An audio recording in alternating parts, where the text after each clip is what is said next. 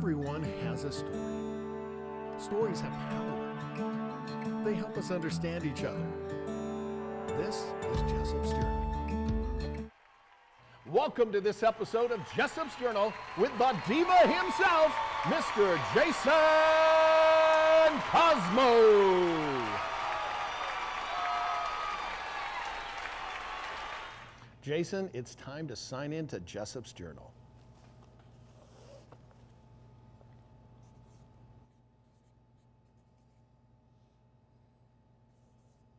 Hi guys, I'm Doug Jessop, and this is Jessop's Journal. We are here at the Metro Hall, and we are hand sanitizing, you know, with the guys from Five Wise Hand Sanitizer.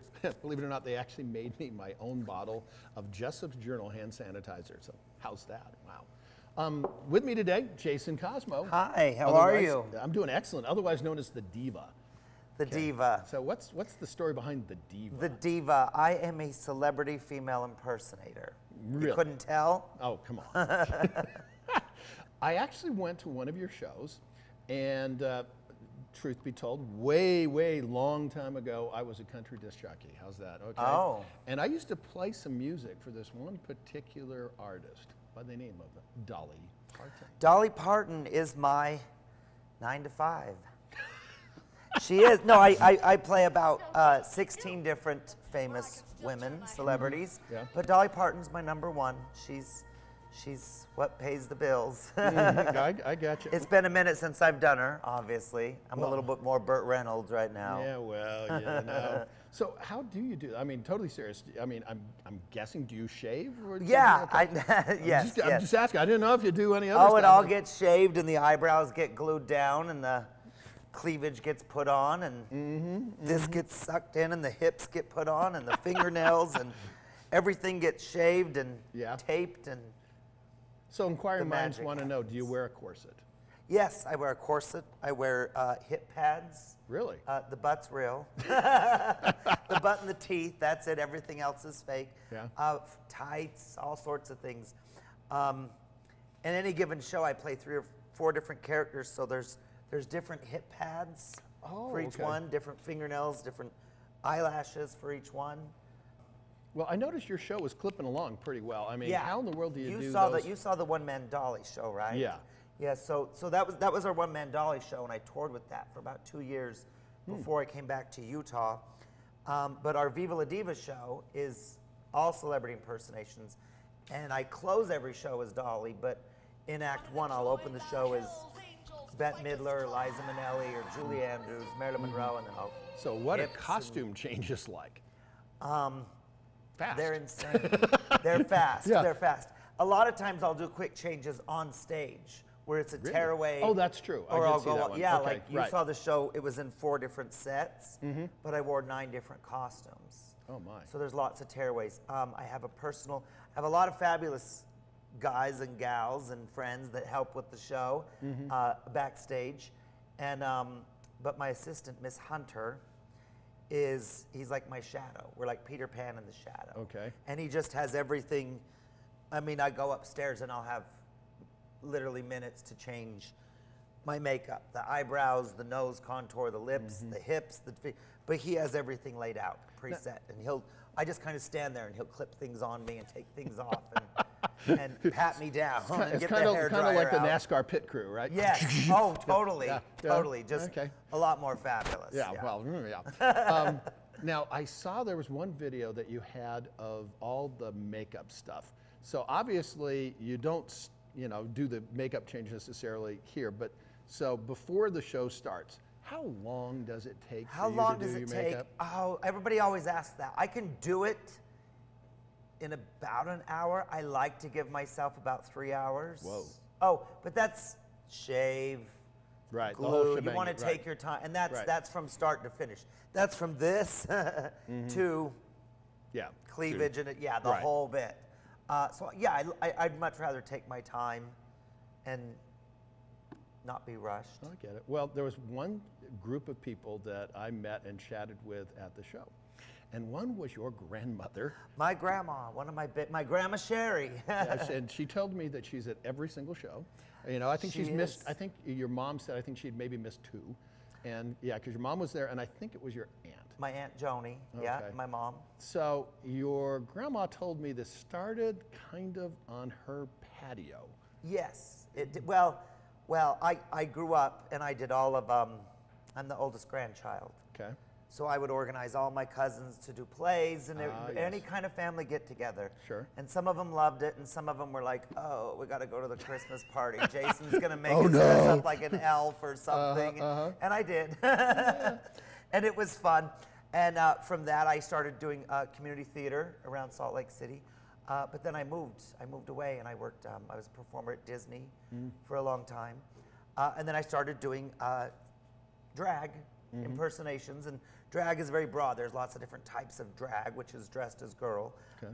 And specifically, I do impersonations. And I was doing these in California, and I came home to visit and showed my grandma and my mom and my family a video of me doing Lucille Ball. I Love Lucy. I'm your vitamin And my grandma investment girl. thought it was just Are you tired, the run best down, thing since listless? sliced bread. You So she poop says, on a next party. time you come to town, you have to bring Are you your unpopular? costume. The answer And, to all your problems is in this little bottle. You know, at first some of the family was like, oh, you know, what's he gonna do? And, But Grandma Shay was like, nope, nope. And she had this great big patio in Magna. And because up to this point, I'd only done these shows, you know, in California and LA and stuff. So I brought it home, and she called all of her friends, and they all came over, and I did my Lucille Ball, my Vitamin to Vegemite skit, and they loved it.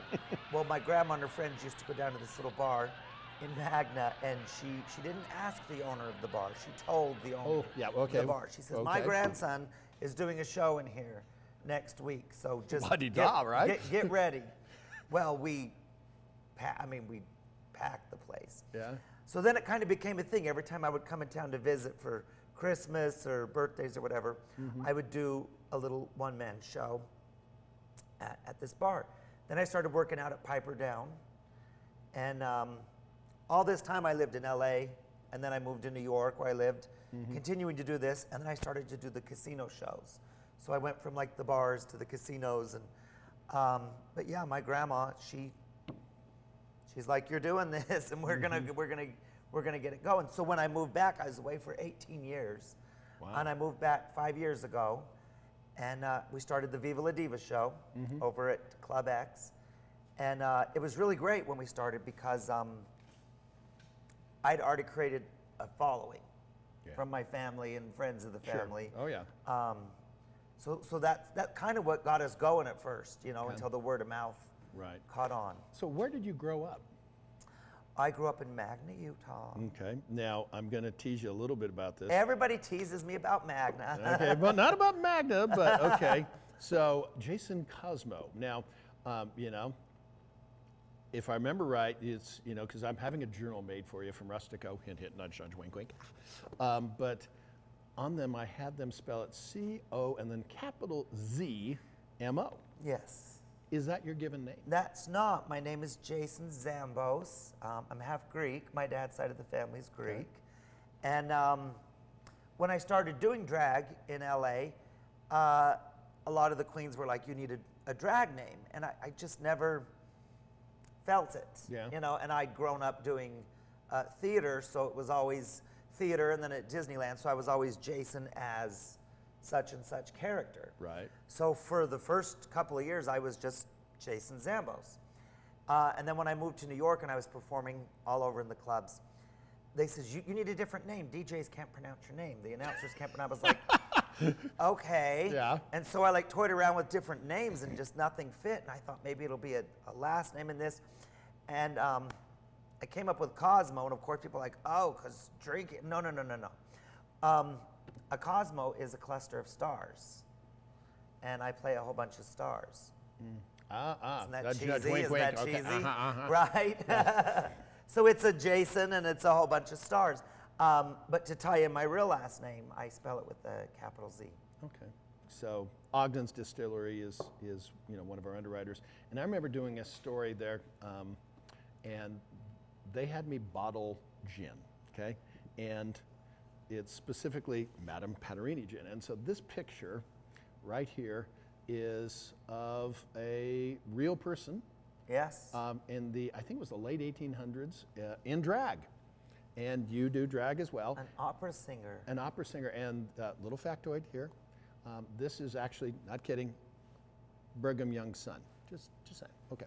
But there's a commercial that we actually featured because we did another interview with the woman that sang the opera. Right. For that.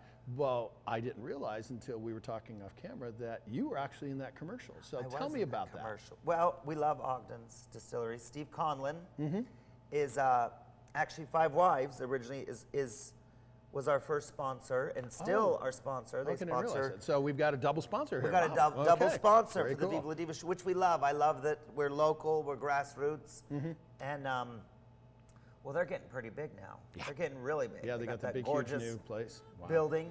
5 husbands, and then I gave him a hard time because he did the 5 husbands. I said, now you got to do the 5 queens. And then he says, well, which 5 queens am I going to pick? And I says, well, I got 5 different wigs. This way no one has to argue. But the Madame Patarini, yeah, he came out with that and he told me the story, which was great, and we filmed a commercial at a venue here in downtown, and he said it like Prohibition time. And it was all like black and white, and then it went to color, and you saw Madame Patarini. And I play Lucille Ball Mame in that commercial. Okay. Same time period. Okay, so now that makes sense. And colorful, subtle. Yeah.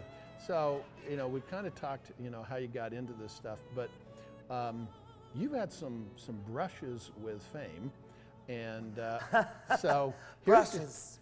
Just a couple. So how in the world did you and the real Dolly Parton get together? Well, it took a lot.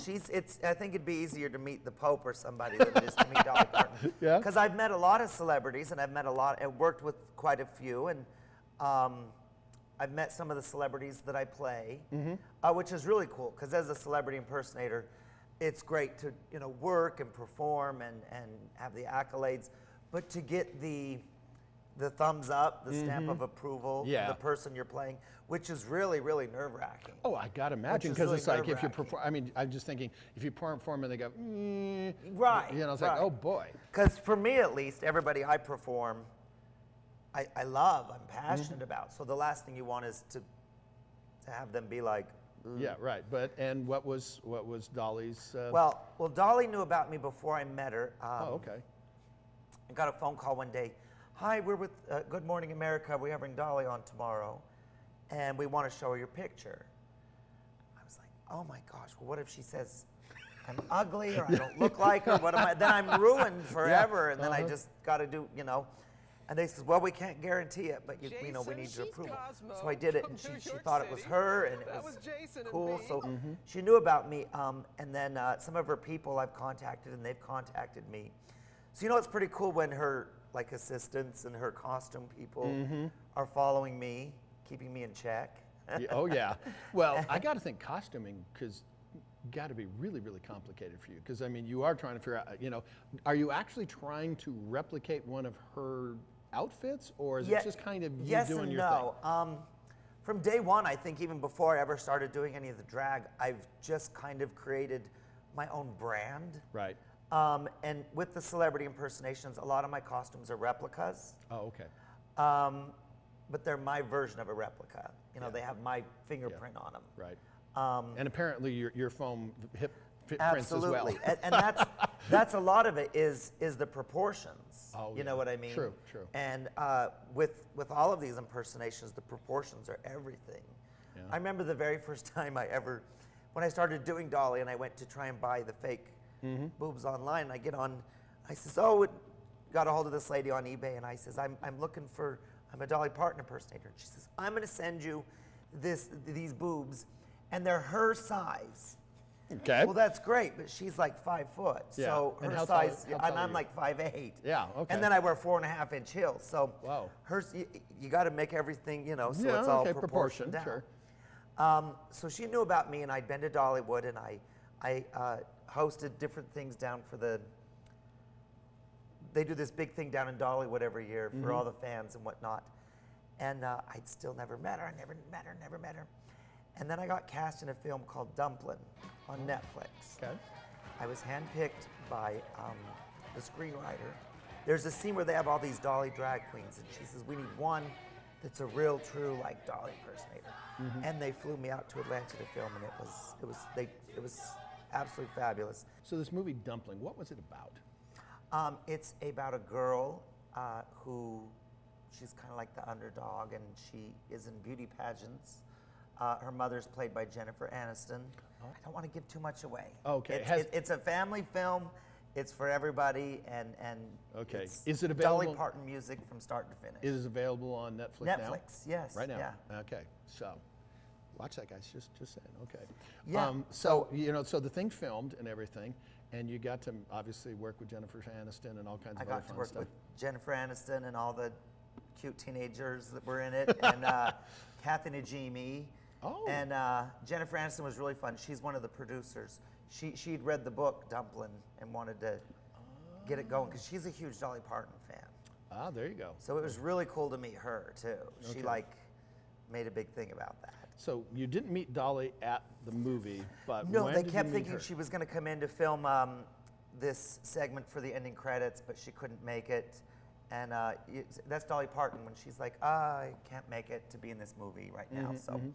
But then I got invited to go to the premiere at Grauman's Chinese Theater in Hollywood and to be on the red carpet with all the stars of the movie and Jennifer Aniston and Dolly Parton.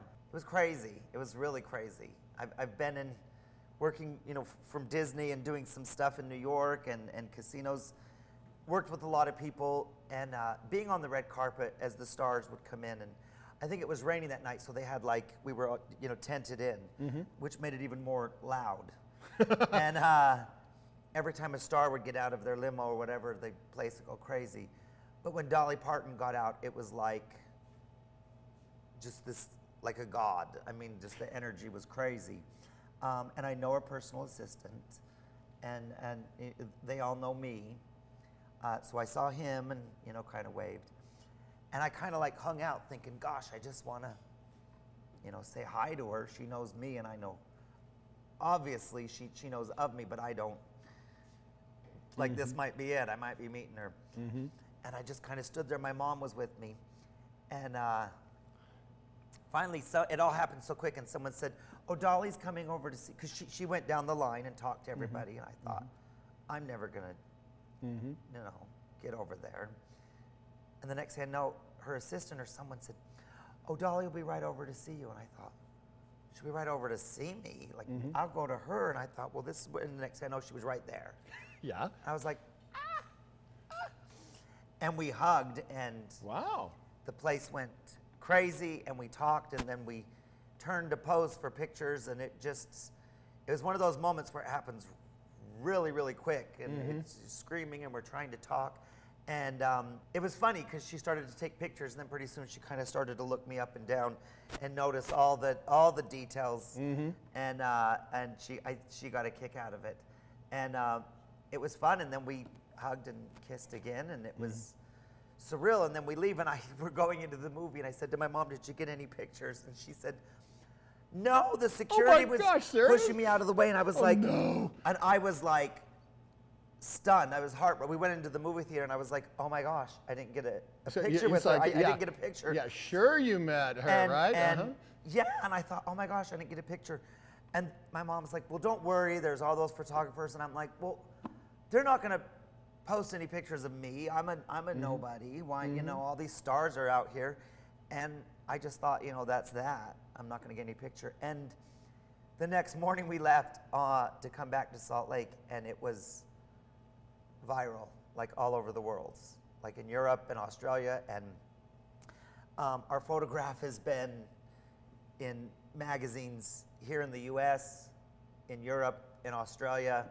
I had to forgive my mom because the picture did get out there. Virtual fist bump. Okay, Yes. yeah, there you go. Wow. It got out there, and it was crazy. It was fun. Yeah. And the costume I wore is a replica of something she wore in the 70s, and she noticed that Oh, there you right go. away. Yeah. So something happened in March. And it wasn't our Broadway show. No, it wasn't your Broadway show. It's like, oh man. So tell me, how is all this COVID stuff impacted? Because I talk to a lot of entertainers, and it's a real issue, big time issue. I know we all want to be safe, we all want to do all the social distancing. It's a real issue for everybody, but specifically, yeah. I mean, as this is what I do for a living, full time. I own and produce and direct and star in this show and pay everybody, and so this is my full-time living. We were just getting ready to do our big Broadway Diva show. March 14th and 15th was our opening, and we had pre-sold out tickets for March, April, and May. Whoa. For 3 different shows, 4 to 8 shows a month. And all of a sudden, they're like, you know, we're shutting everything down. It was a nightmare. It was horrible. Not only were we not able to do the shows, obviously no income, but beyond the income, it's what I do. It's what gives me life. Yeah, it's how I make a living, but it's part of who you are. It's part of who I am. If I'm not performing, if I'm not being creative, right? It's we're going a little nuts. It's Five Wives vodka time. And in the beginning, we thought, oh, it's going to be a month. It's going to be 2 months. We'll be up by May. We'll be up by June. And it, you know, and then it was like, well, you know, what now? What do we do now? So we decided to wait another month. So we had the health department come in, and we got the thumbs up from the health department. As long as people book in the groups, if you know, live with the people, you've been around the people, you can come in and sit with them, just like when you go to a restaurant. You know, you can sit with those people. Okay. But each party has to be separated by a minimum of 6 feet. Yeah. So we normally would seat like 220 something people in here and pack it 4 or 8 times a month. And now we have no idea. It depends on party sizes. So if we had a whole bunch of parties of 6 and 8, we could get a lot more people in here. But if it's all parties of 2, you know, then we have 50 people in here. So we did the one-man Dolly show, you know, thinking it's a smaller cast, because that's been the other thing, you know, doing 4 to 8 shows a month, 220 plus people a show. I would have on staff anywhere, just for me, not the bar, not the club, but the show, on stage and backstage, anywhere from 17 to like 23 people, as far as performers and crew. Right. Merchandise and whatnot. So when we came back very slow, very conservatively, it was our Dolly show, and it was 8 of us total. Me, my 4 fabulous dancers, and just 2 crew and merch, and that's it. And now we're slowly trying to come back. A lot of people are very scared. They're scared, you know, absolutely. And I don't want to force anybody to come out, but it really is safe to come. I mean, you know, we have to face masks. We can't form lines. Normally, in our show, the performer will come out and you can tip them. It's Venmo. It's cash in a basket. It's things like that. There's no standing in lines. So the little, you know, more and more people are coming out. Unlike, I mean, I've been to a couple of restaurants where I'm like, you'd never even know that there was anything going on. It just seems like very, very casual. And that was the other thing.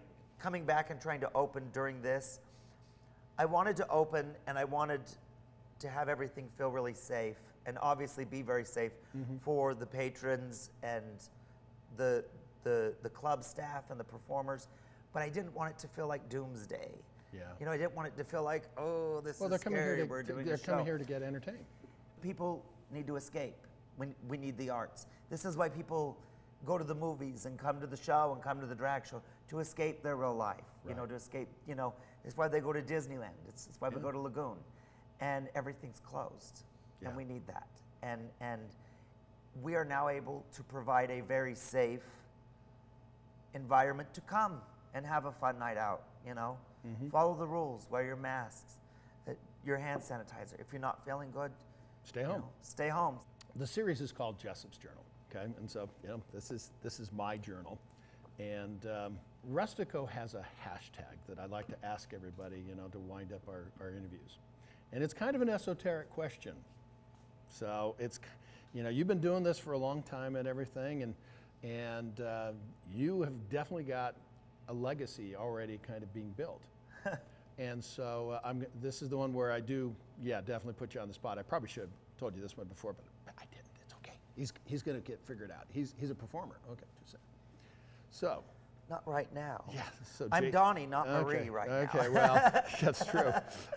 So I'm going to get in my broadcast, announcer voice. Okay. Mr. Jason CoZmo, how do you want to leave your mark? How do I want to leave my mark? I love performing. It's who I am. And along the way, I have had so many cool experiences getting feedback from audience members. You changed my life. My son passed away, and I never thought I'd laugh, and came to your show and had such a great time.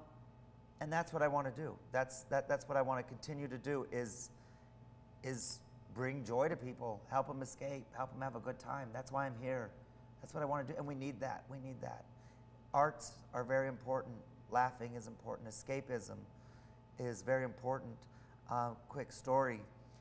We've had thousands of people come to the show here in Salt Lake City.